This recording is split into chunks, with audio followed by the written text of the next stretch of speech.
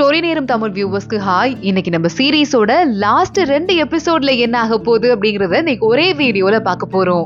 35th எபிசோட்ல கொஞ்சம் சோக சீனா இருந்ததால சேர்த்து ஃபுல்லா பாத்துடலாம் அப்படின்னு முடிவு பண்ணி 2 எபிசோடையும் இன்னைக்கு ஒரே வீடியோல பாத்துடலாம். இப்போ டைரக்டா எபிசோட்குள்ள போயிடலாம். லாஸ்ட் எபிசோட் முடியும் போதே நம்ம வெய்ஷாவுக்கு நம்ம தளபதி இறந்து போயிட்டாருங்கிற விஷயம் தெரிஞ்சது. எல்லாரும் அழ ஆரம்பிச்சிருந்தாங்க. அதோட தான் முடிஞ்சது. வெய்ஷாவ் படைகளை தயாரா இருக்க சொல்றான் அடுத்த நாள் போருக்கு கிளம்புறதுக்காக. ஆனா பெரிய தளபதி, நான் என் தம்பியை கூட்டிட்டு வரணும், என்ன அனுப்புங்க, நான் அவனை கூட்டிட்டு வரணும்னு சொல்ல, நீ அவனை ஆளுங்களோட போயிட்டு பத்திரமா கூட்டிட்டு வா, நம்ம நாட்டுக்கு கூட்டிட்டு வா, நாங்க மத்ததெல்லாம் பாத்துக்கிறோம் அப்படின்னு வெய்ஷாவ் சொல்லிடுறான். ஷீச்சிக்கே ரொம்ப உடம்பு முடியாம போயிட்டு மயங்கி விழுந்துடுறா. ஷீச்சி எந்திரிக்கும் போது வெய்ஷாவ் பக்கத்துல உட்கார்ந்துட்டு இருக்கான். எந்திரிச்சு அவனை கட்டி பிடிச்சுக்கிறா. என் குடும்பத்தால உங்க தம்பி மாதிரி அவருன்னு எனக்கு தெரியும், அவர் இறந்து போயிட்டாரு. நான் பண்ண பாவத்துக்கு உங்களுக்கு நிறைய பிள்ளைங்க பெத்து கொடுக்கணும்னு நினைச்சேன். இப்போ நடந்த இந்த பாவத்துக்கு நான் என்ன பண்ணாலும் அதுக்கு சரி கட்ட முடியாதுன்னு சொல்ல வெய்ஷாவ் பாத்துட்டு இருக்கான். இது நீ பண்ணது கிடையாது, உனக்கும் ஜியாவுக்கும் இதுல எந்த சம்பந்தமும் கிடையாது. உன் பெரியப்பா பண்ண தப்புக்கு நீ எதுவும் பண்ண முடியாது.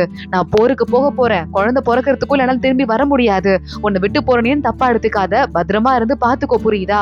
உன்னையும் நல்லா பாத்துக்கோ, வீட்டையும் பாத்துக்கோ, பாப்பாவையும் பாத்துக்கோ அப்படின்னு சொல்லிட்டு வெய்ஷாவ் அங்கிருந்து போருக்கு கிளம்புறான். போயிட்டு வாங்க அப்படின்னு ஷீச்சியும் வழி அனுப்பி வைக்கிறா. ஷீச்சி நம்ம வெய்ஷாவ் கிளம்புனதுக்கு அப்புறமா வெளியே நின்று அவ பாட்டுக்கு அழுதுகிட்டு இருக்க. நீங்க கொஞ்சம் உள்ள போய் ரெஸ்ட் எடுங்க அப்படின்னு ஆளுங்க சொல்றாங்க.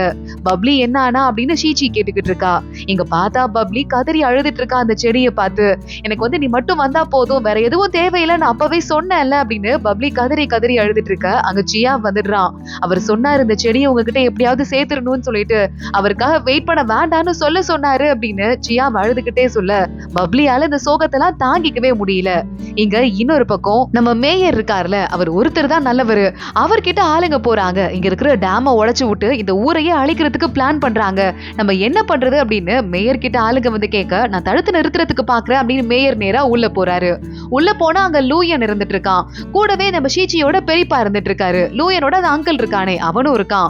இந்த டேமை இப்ப அழிச்சு விட்டோம்னா ஊர் மக்கள்லாம் கஷ்டப்படுவாங்க. அவங்கள பாத்துக்கிறதுக்கே இங்க இருக்கிற ஆளுங்களுக்கு நேரம் சரியா இருக்கும். சோ வெய்ஷாவுக்கு ஹெல்ப் பண்ண போக முடியாது. அது மாதிரி வெய்ஷாவும் அவங்க ஆளுங்களை கூட்டிட்டு உள்ள வர முடியாதுன்னு சொல்ல, பரவாயில்லையே, சூப்பர் ஐடியாவா இருக்கு, இது மட்டும் நடந்துருச்சுன்னா வெய்ஷாவுக்கு இங்கேயே சமாதி கட்டிடலாம் அப்படின்னு ஷீச்சியோட பெரியப்பா சிரிச்சுக்கிட்டே சொல்லிக்கிட்டு இருக்கான். கரெக்டா அப்பன்னு பார்த்து நம்ம மேயர் உள்ள வந்துடுறான். இல்லங்க, இங்க இருக்கிறது எல்லாமே பெரிய பெரிய கல்லுல கட்டப்பட்ட அணை. அதனால இப்போ அதை உடைச்சோம் அப்படின்னா நமக்கு நிறைய பொருள் செலவு, ஆள் செலவெல்லாம் ஆகும். அதனால நான் ஒரு ஐடியா வச்சுட்டு இருக்கேன். நான் போய் மேப் எடுத்துட்டு வரேன். அந்த மேப்பை பார்த்துட்டு அப்புறமா அதை உடைக்கிறதுக்கு ட்ரை பண்ணலாமான்னு கேட்க, சரி போய் மேப் எடுத்துட்டு வா அப்படின்னு லூயனும் சொல்லிடுறான். உடனே இந்த மேயர் கிளம்பி வெளியே போறான். கொஞ்ச நேரத்துல மேப்போட திரும்ப வரான். மேப் எடுக்கிறேன் பாருங்க அப்படின்னு பிரிச்சு அதுக்குள்ள பார்த்தா ஒரு வால் ஒண்ணு ரெடியா வச்சிட்டு இருக்கான் மேயர். நேரா லூயனோட கழுத்துல வாழை வச்சிடுறான். ஆனா லூயன் பயங்கர வீரனா இருக்கிறதால மேயரால ஒண்ணும் பண்ண முடியல. மேயரை வேகமா தள்ளி விட்டுறான் லூயன். மேயர் போறாரு, ஷீச்சியோட பெரியப்பா கழுத்துல அந்த வாழை வச்சிடுறாரு. இப்ப என்னடா பண்ணுவீங்க? நான் மட்டும் பொழைச்சு என்னடா பண்ண போறேன்? ஊரே அழிஞ்சு போயிரும். அப்படி ஒரு பொழப்பு எனக்கு தேவையே இல்லைன்னு சொல்ல, ஓ நீ அந்தால வச்சு மிரட்டுறியா, 2 பேரும் சேர்த்தே சாவுங்கன்னு கையில லூயன் வால் எடுத்து அந்த பெரியப்பா ஷீச்சியோட பெரியப்பாவை மேயரை 2 பேரையும் சேர்த்து வச்சு ஒரே சொருகா சொருகிடுறான். அங்கிள் பார்த்துட்டு என்னடா பண்றேன்னு கேட்க, இந்த ஆள் இனிமே எனக்கு தேவையே இல்ல, வெய்ஷாவை பாக்குறதுக்கு நான் நேரா போறேன் அப்படின்னு லூயன் சொல்லிக்கிட்டு இருக்கான். இங்க ஷீச்சி பாட்டி எல்லாரும் ஒன்னா உட்காந்து பேசிட்டு இருக்காங்க. உன் உடம்பு இப்ப பரவாயில்ல தானமா அப்படின்னு கேட்க, பரவாயில்ல பாட்டி அப்படின்னு ஷீச்சி சொல்லிக்கிட்டு இருக்கும் போதே ஆளுங்க வேகமா ஓடி வராங்க. சுகி இருக்கால, அந்த தளபதி சூட்டாய கூட்டிக்கிட்டு நிறைய வீரர்களை கூட்டிட்டு நம்மள தாக்க வராலாம் அப்படின்னு சொல்ல, இப்போ இங்க இருக்கிற எல்லாருக்கும் என்ன பண்றதுன்னு தெரியல. மேஜரான ஆளுங்க எல்லாம் கிளம்பி வெய்ஷாவோட போருக்கு போயிட்டாங்க. 2 தளபதிங்க மட்டும் தான் இங்க இருக்காங்க. தளபதிகளை கூப்பிட்டு வீரர்களை திரட்டி ஊரை பாதுகாத்துக்கோங்க அப்படின்னு தாங்க பாட்டி சொல்லிக்கிட்டு இருக்க, ஷீச்சி பாக்குறா. மக்கள்ல யாரெல்லாம் போருக்கு ரெடியா இருக்காங்களோ அவங்களை கூப்பிட்டு அவங்க கையில ஆயுதத்தை கொடுத்து பார்டர்ல நிறுத்துங்க, நம்ம இருக்கிற ஆளுங்க எல்லாம் பத்த மாட்டோம், இந்த ஐடியாவை செய்யுங்கன்னு சொல்ல, உடனே பாட்டி நல்ல ஐடியா தான், சீக்கிரம் போய் இந்த வேலையை ஆரம்பிங்க அப்படின்னு சொல்லிடுறாங்க. சொல்லி முடிக்கிறதுக்குள்ள ஷீச்சிக்கு பிரசவ வலி வந்துருது. அப்படியே கீழே விழுந்துடுறா. டாக்டருங்க வராங்க, ட்ரீட்மெண்ட் பார்க்க ஆரம்பிக்கிறாங்க. ஷீச்சி வலியில துடிக்க ஆரம்பிக்கிறா. இங்க இன்னொரு பக்கம் நம்ம வெய்ஷா போருக்கு போயிட்டு இருக்கான். பயங்கரமா எக்கச்சக்கமா அந்த அணையெல்லாம் உடைச்சு விட்டு இருக்காங்க. கல்லுல எல்லாம் நிறைய ஆளுங்க மாட்டிக்கிறாங்க. வெய்ஷா போய் ஒவ்வொருத்தங்களையா காப்பாத்தி எல்லாரையும் காப்பாத்தி கரெக்டா முடிக்கிறான். அப்பன்னு பார்த்து ஷீச்சிக்கு இங்க குழந்தையும் பிறந்துருது. வைஷாவ் ஏற்கனவே எதிர்பார்த்த மாதிரி ஃபெய்ஃபை அப்படின்னு ஒரு குட்டி குழந்தை தான் பிறந்திருக்கு. ஷீச்சி லேசா சந்தோஷமா சிரிக்க ஆரம்பிக்கிறா. வைஷாவை பாக்குறான். நல்ல வேலை பெரிய லெவல்ல கல்லு விழுந்து பாதிப்பு வரல, நம்ம எல்லா வீரர்களையும் காப்பாத்திட்டோம், வாங்க போலாம் அப்படின்னு கிளம்பிட்டு இருக்கான். ஷீச்சி கிட்ட குழந்தையை கொண்டு வந்து காட்டுறாங்க. ஷீச்சி ஹாப்பி ஆயிடுறா. அத்தை பாட்டின்னு எல்லாரும் உள்ள வந்துடுறாங்க. அப்ப அடுத்த வீரர்கள் வந்து 1,00,000 வீரர்களோட உள்ள வரலாம் சூஹின்னு சொல்ல, 1,00,000 வீரர்களா, நம்ம என்ன பண்ண போறோம் அப்படின்னு எல்லாரும் பதறி போயிடுறாங்க. ஷீச்சி பாக்குறா. இங்க பாருமா பச்சை உடம்புக்காரி, குழந்தையை கூட்டிட்டு நீ வெளியே போயிடுன்னு சொல்ல, அவர்கிட்ட நான் ப்ராமிஸ் பண்ணிருக்கேன், அவர் வர வரைய வீட்டை நல்லா பாத்துக்குவேன்ட்டு, சத்தியமா நான் கிளம்ப மாட்டேன் அப்படின்னு ஷீச்சி சொல்லிடுறா. வைஷாவோட அம்மாவும் நான் கிளம்ப மாட்டேன், பைத்தியக்காரத்தனமா என் வாழ்க்கையில வாழ்ந்திருக்கேன், ஆனா மக்களை விட்டு போற எந்த நிலைமையும் எனக்கு வராது, என் புருஷன் என் புள்ளலாம் இந்த நாட்டுக்காக இறந்து போனவங்க, நான் அந்த நாட்டு பொண்ணுங்கிறதால வீரமா நானும் சண்டைக்கு ரெடி ஆகுறேன்னு அவங்க அம்மா சொல்ல, உடனே பாட்டியும் கையை பிடிச்சுக்கிட்டு நம்ம ஊர் பொம்பளைங்களுக்கு வீரம் தனியாதான் இருக்கு, நம்ம பாத்துக்கலாம் அப்படின்னு ஆறுதல் சொல்லிக்கிட்டு இருக்காங்க. இங்க வைஷாவுக்கு தகவல் வந்துருது. நம்ம ஊரை தாக்குறதுக்கு சூஹி ஆளுங்களை கூட்டிட்டு போயிட்டு இருக்காளாம். அங்க படைகள் இருக்கு, ஆனா பெரிய லெவல்ல இல்லன்னு சொல்ல, எவ்வளவு பேர் நம்ம ஆளுங்க இருக்காங்க அப்படின்னு வைஷாவ் கேட்டுக்கிட்டு இருக்கான். இல்ல நம்ம கிட்டயே 70% ஆளுங்க தான் மிச்சம் உயிரோடு இருக்காங்கிறதால இப்போ அவங்களை அங்க அனுப்ப முடியாது, அப்படி அனுப்பணும்னா நம்ம இங்க தோத்து போயிருவோம், ஒண்ணு இந்த இடத்த காப்பாத்த முடியும் இல்ல அங்க காப்பாத்த முடியும்னு அட்வைசர் சொல்லிட்டு, நீங்க என்ன சொல்றீங்க, நம்ம பன்னியை காப்பாத்த போறோமா இல்ல நம்ம ஊருக்கு போக போறோமான்னு கேட்க, பன்னியை மட்டும் இவங்க லூஸ் பண்ணிட்டாங்கன்னா ஒட்டு மொத்தமா நாட்டுக்கு தண்ணி வரது பாதிக்கப்பட்டுரும், எல்லாரும் இறந்து போயிருவாங்க. இந்த மாதிரி ஒரு சிச்சுவேஷன் தான் ஷீச்சியோட தாத்தாக்கு வந்து அவர் அவங்க குடும்பத்தை காப்பாத்துறதுக்காக வைஷாவோட குடும்பத்துக்கு துரோகம் பண்ணிட்டாரு. அத பத்தி யோசிச்சு பார்த்துட்டு அந்த தப்ப நம்ம பண்ணக்கூடாது, பன்னியை காப்பாத்தணும், முதல்ல அதை காப்பாத்துறதுக்கு வழி பண்ணுங்கன்னு சொல்ல, உடனே வீரர்களும் அங்க இருந்து கிளம்பிடுறாங்க. இங்க நம்ம வைஷாவோட ஊர்ல எல்லாமே நிறைய லேடிஸ் ஜென்ஸ் நிறைய பேர் வந்து, நாங்க எங்க வீரை காப்பாத்துறதுக்கு எப்படி சண்டை போடுவோமோ நாட்டை காப்பாத்துறதுக்கு சண்டை போடுவோம், ஆயுதத்தை எங்களுக்கு கொடுங்க, நாங்க ஊரை விட்டு போக மாட்டோம் அப்படின்னு கத்துறாங்க. ஷீச்சி அங்க வந்துடுறா. இதுதான் கரெக்டா இருக்கும், நீங்க பண்ண ஹெல்ப்புக்கு ரொம்ப பெரிய தேங்க்ஸ் அப்படின்னு சொல்லிட்டு எல்லாரும் கையை பிடிச்சிட்டு நிக்க ஆரம்பிக்கிறாங்க, போர்ல ஜெயிச்சிடணும்னு. இங்க நம்ம பெரிய தளபதி ஒரு வழியா உள்ள வந்துட்டு ஷீச்சியோட அப்பா ஊருக்கு வந்துடுறான். அங்க வந்து அங்க இருக்க ரகசிய ஜெயில் கிட்ட எட்டி பார்த்தா நம்ம சின்ன தளபதியோட பாடிய கட்டி தொங்க விட்டுருக்காங்க. இது ஒரு பெரிய ஷீல்டு மாதிரி, அதை இவனால பார்க்க கூட முடியல. நேரா அங்க காவல் காத்துட்டு இருக்க வீரர்களை கொண்டு போட்டுட்டு அவனை கீழே இறக்கிட்டு, டே எந்திரா, திரும்ப வரேன்னு தானே சொல்லிட்டு போனேன், மூஞ்சில ஒரு காயம் கூட இல்ல, அப்படியே இருக்கு முகம், எந்திரிக்க போறியா இல்லையா, என்னால உன்னை தூக்கிட்டு கூட போக முடியாதுரா, எப்படி உன்னை ஊருக்கு கூட்டு போறதுன்னு பெரிய தளபதி அழவே ஆரம்பிச்சிடுறான். அப்படியே முதுகுல நம்ம சின்ன தளபதியை கட்டிட்டு அங்க இருந்து கூட்டு போயிட்டு இருக்கான். ஒரு ஜெயில கிராஸ் பண்ணி தான் வர வேண்டியிருக்கு, நிறைய வீரர்கள் அங்க இருக்காங்க. நம்ம பெரிய தளபதி கிட்ட சண்டைக்கு போக ஆரம்பிச்சிடுறாங்க. முடிஞ்ச அளவுக்கு சண்டை போடும் போதே பெரிய தளபதியோட ஒரு கையை விட்டிடுறாங்க. கரெக்டா அப்பன்னு பார்த்து கையில கட்டப்பட்டிருந்த நம்ம சின்ன தளபதியோட பாடியும் கீழே விழுந்துருது. டேய் கையை போயிருச்சுடா, எப்படா நான் உன்னை கூட்டு போக போறேன் அப்படின்னு சொல்லிட்டு பெரிய தளபதி அங்க இருக்கிற அத்தனை பேரையும் அடிச்சு நவுத்திட்டு இருக்க, அங்க ஜெயில பார்த்தா ஷீச்சியோட அப்பாவை வச்சிட்டு இருக்காங்க. உங்களுக்கு கண்ணு தெரியுதா அப்படின்னு பெரிய தளபதி கேட்க, தெரியலப்பா, ஆனா நான் கண்டிப்பா உனக்கு டிஸ்டர்பன்ஸா இருக்க மாட்டேன், சண்டை போடுற பழக்கம் எனக்கு இருக்கு, நான் என்ன பாத்துக்கிறேன், வா வெளியே போலாம் அப்படின்னு. உன் முதுகுல இருக்கிறது யாருன்னு கேட்க, என் தம்பி அப்படின்னு சொல்லிட்டு சோகமா பெரிய தளபதி போயிட்டு இருக்கான். இன்னும் ஆளுங்க வந்துடுறாங்க. சண்டைக்கு நிக்க ஆரம்பிக்க, ஏயா புதுசா வந்த லூயனை நம்புவீங்களா இல்ல உங்களோட துணை தலைவர் ஏன் கூட இருக்காரு, அவரை காப்பாத்த போறீங்களா அப்படின்னு பெரிய தளபதி கேட்க, உடனே அங்க இருக்கிறவங்களும் எங்க துணை தலைவரை தான் நாங்க காப்பாத்துவோம், நீங்க பத்திரமா இங்க இருந்து போங்க அப்படின்னு இவங்களுக்கு வழி விட்டுறாங்க. இங்க இன்னொரு பக்கம் நம்ம லூயன் கிட்ட அந்த அங்கிள் போயிட்டு, இங்க பாரு, இந்த ஊரை நம்ம ஜெயிச்சிட்டோம், இப்ப அடுத்து போருக்கு போக வேண்டாம், நம்ம வைஷா கிட்ட உடனே மோதாம இருக்கிறது தான் நல்லா இருக்கும்னு சொல்ல, வைஷாவை நான் கண்டிப்பா நேர்ல ஃபேஸ் பண்ணியே ஆகணும், இல்லன்னா எனக்கு வந்துட்டு தூக்கமே நைட்டு வராது அப்படின்னு லூயன் ரொம்ப ஸ்ட்ரிக்டா சொல்லிடுறான். போர் ரொம்ப சீரியஸா நடக்க ஆரம்பிக்குது. இங்க ஷீச்சி இருக்கிற இடத்துக்கிட்ட வைஷாவோட ஊருக்கிட்ட சூஹி அப்புறம் அந்த தளபதி 2 பேரும் வந்துட்டு இருக்காங்கல்ல, நேரா உள்ள போங்க, அவங்கள நம்ம அடிச்சு நவுத்திரணும், யாரையும் உயிரோட விடக்கூடாது அப்படின்னு சூஹி சொல்லிக்கிட்டு இருக்கா. தளபதி நான் பாத்துக்கிறேன் அப்படின்னு கிளம்பி போறாரு. இங்க பாட்டி பாக்குறாங்க, எப்படிமா எல்லாரும் இங்க வந்துட்டாங்க, நம்ம கிட்ட இருக்கிற பார்டர் தாங்கல, நம்ம வீரர்கள்லாம் நிறைய பேர் வீக் ஆயிட்டு இருக்காங்க, என்ன பண்றதுன்னு கேட்க, கண்டிப்பா வைஷாவால இங்க வர முடியாது, ஏன்னா அவரங்க பணியை காப்பாத்தி ஆகணும், நம்ம என்ன பண்றதுன்னு யோசிச்சுட்டு இருக்கும் போதே இன்னும் நிறைய மோசமான சிச்சுவேஷன்ல இருந்து நியூஸ் வந்துகிட்டே இருக்கு, நம்ம பார்டர் வீக் ஆயிட்டு இருக்கு, காப்பாத்த முடியல அப்படின்னு. கரெக்டா அப்போ ஒரு குரல் கேக்குது, நம்ம வெய்யான் உள்ள வந்துடுறான். நமக்கு காட்டுறாங்க அப்பதான் வெய்யானோட அப்பா ரூம்ல அடைச்சு வைக்க சொன்னார்ல, ஆனா அங்க இருக்கிற எல்லா தளபதிகளும் வெய்யான இப்ப சீரியஸா ஃபாலோ பண்ண ஆரம்பிச்சிடுறாங்க. நீங்க சொல்றதை கேக்குறோம் அப்படின்னு அங்க இருக்க அவங்க அப்பாவோட அசிஸ்டன்ட்டையே அடிச்சு போட்டுடுறாங்க.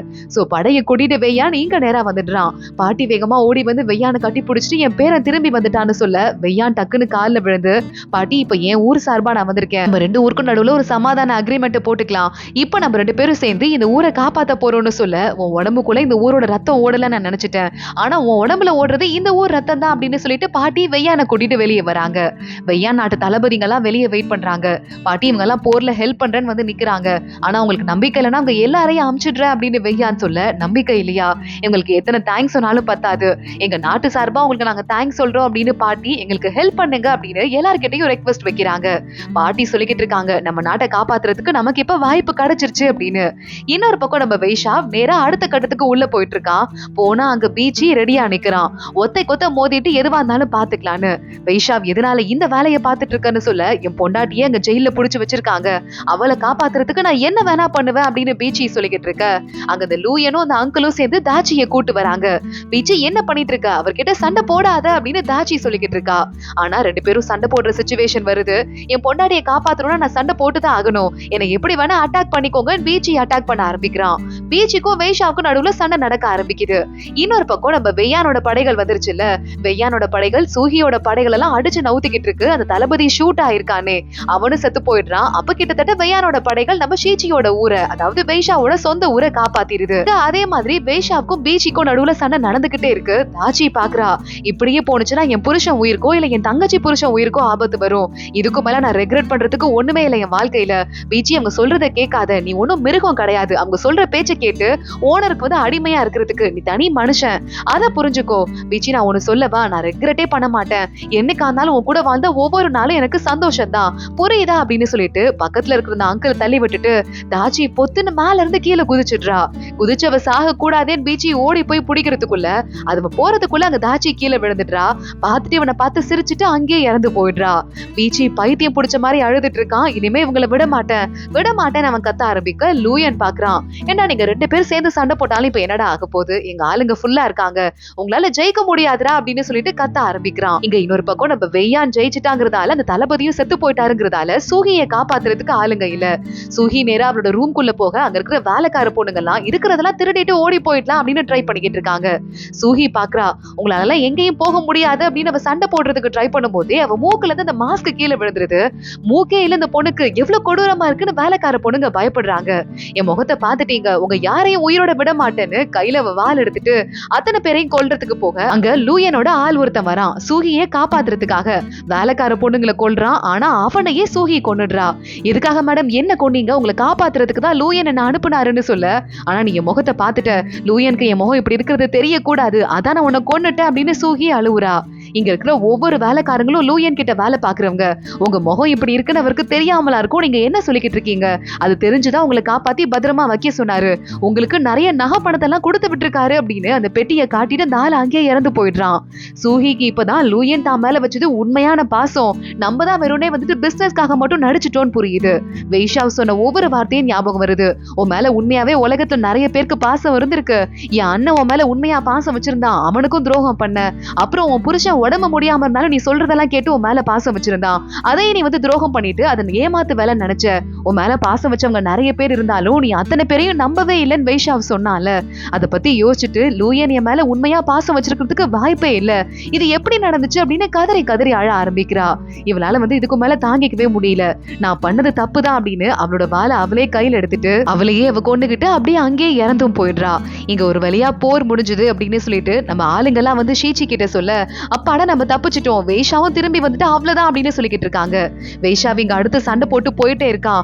லூயன் கிட்ட ஆளுங்க வந்துட்டு இருக்காங்க. உடனே அங்கிள் சொல்றான், வைஷாவும் பீச்சியும் சேர்ந்து வராங்க, உன்னால சமாளிக்க முடியாது, இங்க இருந்து கிளம்பிடலாம் வா அப்படின்னு அங்கிள் கூப்பிட, அதெல்லாம் முடியாது, நான் ஏற்கனவே ப்ராமிஸ் பண்ணிட்டு வந்திருக்கேன் சூஹிக்கு, வைஷாவை என் கையால கொண்டுட்டு வரேன்னு, சோ அவளுக்காகவாவது நான் கொல்ல போறேன்னு சொல்ல, ஒரு பொம்பளைக்கு என்னைக்கும் அடிமையா யோசிக்காத, எதுவா இருந்தாலும் அப்புறம் பாத்துக்கலாம் அப்படின்னு அங்கிள் இவனை இழுத்துட்டு போங்க அப்படின்னு உத்தரவு போட, உடனே நம்ம லூயன் கையில வச்சிட்டு இருக்க குட்டி வாள் எடுத்து அங்கிளை குத்திடுறான். நீ என் வேலைக்காரன், நான் பேச்சு கேட்கணும்னு சொல்லி எத்தனை தடவை சொல்றது, இது எல்லாமே என்னோட இடம், நான் ஒட்டு மொத்தமா ராஜா ஆக போறேன் அப்படின்னு லூயன் அங்க இருந்து கிளம்புறான். ஆனா ஒரு பக்கம் வைஷா ஒரு பக்கம் பீச்சி அப்படின்னு ரெண்டு பேருமே ரொம்ப வேகமா லூயன் கிட்ட வந்துடுறாங்க. அவன் பண்ணது தப்புன்னு லூயன்கே இப்ப புரிஞ்சிருது. ஓரமா உட்காந்துட்டு இருக்கான். என்னடா பண்ண போறீங்க, என்ன நீங்க என்ன கொன்னா கூட இந்த ஊரை காப்பாத்த முடியாதுடா அப்படின்னு சிரிக்க ஆரம்பிக்க, பீச்சி இருக்கிற கோபத்துல கையில இருக்கிற வாள் எடுத்து லூயனோட உடம்புக்குள்ள சொருக, அது இன்னும் ரொம்ப ஸ்ட்ராங்கா சொருகிற மாதிரி வைஷா அங்க வந்துட்டு அடுத்து மறுபடியும் அதே வாளை சொருவிடுறான். செத்து ஓலிடா அப்படின்னு சொல்லிட்டு அவ்வளவுதான். இங்க லூயன் இறந்து போனதுக்கு அப்புறமா போர் கம்ப்ளீட்டா முடிஞ்சிருது. வைஷாக் பிளான் பண்ண மாதிரி ஒட்டுமொத்த நாடையும் கனெக்ட் பண்ற மாதிரி அணையை கட்டிடுறாங்க. சோ பனியில தொடர்ந்து வெள்ளம் வந்து அந்த ஊரை அழிஞ்சிட்டே இருந்தது. இப்போ அணை கட்டினதால அந்த தண்ணி எல்லா ஊருக்கும் போயிட்டு எல்லா ஊரும் செழிப்பா மாறிடுது. மக்கள்லாம் ரொம்ப அமைதியா இருக்காங்க. இத வைஷாவ பாத்துட்டு இருக்கான். போர்ல நம்ம வந்துட்டு என்னதான் கொஞ்சம் கஷ்டப்பட்டு ஜெயிச்சாலும் நம்ம வீரர்கள் எல்லா இடத்துலயும் போய் அணையை கட்டி ரொம்ப சூப்பரா வேலை பார்த்துட்டு இருக்காங்க அப்படின்னு அட்வைசர் சொல்ல, அதை பத்தி புகழ்ந்து ஒரு பாட்டு எழுதுறதுக்கு நம்ம போயிட்டு இருக்காரு அவரும் வந்திருக்காரு. மக்கள் என்னைக்கும் என்னோட அணைய ஞாபகம் வச்சுட்டு இருக்காங்களோ இல்லையோ, உங்களோட இவ்வளவு அழகான போயம கண்டிப்பா ஞாபகம் வச்சுக்குவாங்க அப்படின்னு வைஷாவ் சொல்லிக்கிட்டு இருக்கான். கரெக்டா இங்க பாட்டி வெளியே வந்து நிக்கிறாங்க. அப்போ வெய்யான் வரான். வெய்யான பார்த்ததும் பாட்டி ஓடி போய் கட்டி பிடிச்சுக்க, வெய்யான் வந்து பக்கத்து நாட்டு ராஜாவா, ஏன்னா இப்ப அவங்க நாட்டோட சென்பெங் இருக்காருல வெய்யானோட அப்பா, அவர் இறந்து போயிடுறாரு. வெய்யான் அந்த நாட்டுக்கு தலைவனா பொறுப்பேத்துக்கிறான். இந்த ஊர் சார்பா அந்த ஊர் தலைவருக்கு வணக்கம்னு பாட்டி சொல்ல, வெய்யானும் பாட்டிக்கு பக்கத்து ஊர் தலைவனா ஒரு பெரிய வணக்கத்தை போடுறான். பாட்டி ரொம்ப ஹாப்பி ஆயிடுறாங்க. இங்க பீச்சி அவனும் ஒய்ஃபும் சேர்ந்து இருந்த இடத்துக்குலாம் வந்துட்டு, நம்ம பையனை நான் நல்லபடியா பாத்துக்கிறேன், நீ கவலைப்படாத, எப்போதும் ஹாப்பியாரு அப்படின்னு சொல்லிட்டு கொஞ்சம் சோகமாயிட்டு அங்க இருந்து கிளம்புறான். இங்க மத்த தளபதிங்கெல்லாம் நம்ம பெரிய தளபதியோட சமாதிக்கு வந்துடுறாங்க. எப்படி நல்லா இருக்கியா, பப்ளி கூட வந்திருக்கா அப்படின்னு பப்ளிய கூப்பிட, நீ வந்துட்டு யோசிச்சுட்டே இருந்த, நான் உனக்கு போனதுக்கு அப்புறம் உன்னை மறந்துடுவேன்னு, ஆனா இப்ப வரைய நான் உன்னதான் கல்யாணம் பண்ணிக்கணும்னு ஆசைப்படுறேன் அப்படின்னு பப்ளி சொல்லிக்கிட்டு இருக்கா.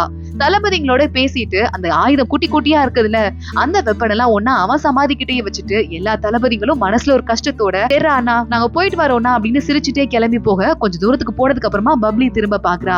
சமாதி கிட்ட கையில அந்த செடியை வச்சுட்டு நம்ம பெரிய தளபதி சிரிச்சுக்கிட்டே பாய் சொல்ற மாதிரி அவளுக்கு இருக்கு. இவ்வளவு சிரிச்சுட்டே அங்க இருந்து திரும்ப வந்துடுறா. இங்க இன்னொரு பக்கம் எல்லாருமே எங்க தலைவரை காணோம் அப்படின்னு நர்வஸா இருந்துட்டு இருக்க. பார்த்தா ஷீச்சியோட பொண்ணு அழுதுட்டு இருக்கான்னு பொண்ணை சமாதானப்படுத்துறதுக்காக வைஷாவ் பக்கத்துலயே உட்கார்ந்துட்டு இருக்கான். ஷீச்சி உடனே எல்லாரும் உங்களை தேடிட்டு இருக்காங்க, நீங்க என்ன பண்றீங்க, இங்க இருந்துட்டு இருக்கீங்க அப்படின்னு குழந்தைய வாங்கிட்டு கொஞ்சம் ஆரம்பிக்கிறா. நாடுதுக்கு அப்புறம் ரொம்ப அமைதியா இருந்தது, எந்த பிரச்சனையும் வராம மக்கள் ரொம்ப காலத்துக்கு எல்லா வசதியோட சந்தோஷமா இருந்தாங்கன்னு ஷீச்சியும் வைஷாவும் சொல்றதோட தான் இந்த சீரீஸ் ஒரு எண்டுக்கு வருது. ரொம்ப ரொம்ப பியூட்டிஃபுல்லான இந்த சீரீஸ் உங்கள எல்லாருக்கும் ரொம்பவே பிடிச்சிருக்கும் அப்படின்னு நினைக்கிறேன். லாஸ்ட் 2 எபிசோடையும் ஒன்னா பார்த்தாச்சு. உங்க ஃபேவரட் கேரக்டர் இந்த சீரீஸ்ல யாரு, எது உங்களுக்கு பயங்கரமா டச் பண்ணுச்சு அப்படின்னு மறக்காம எனக்கு கமெண்ட் செக்ஷன்ல சொல்லுங்க. அடுத்து ஒரு பியூட்டிஃபுல்லான சீரீஸோட மறுபடியும் நம்ம சேனல்ல பார்க்கலாம். அது வரைய பாய்.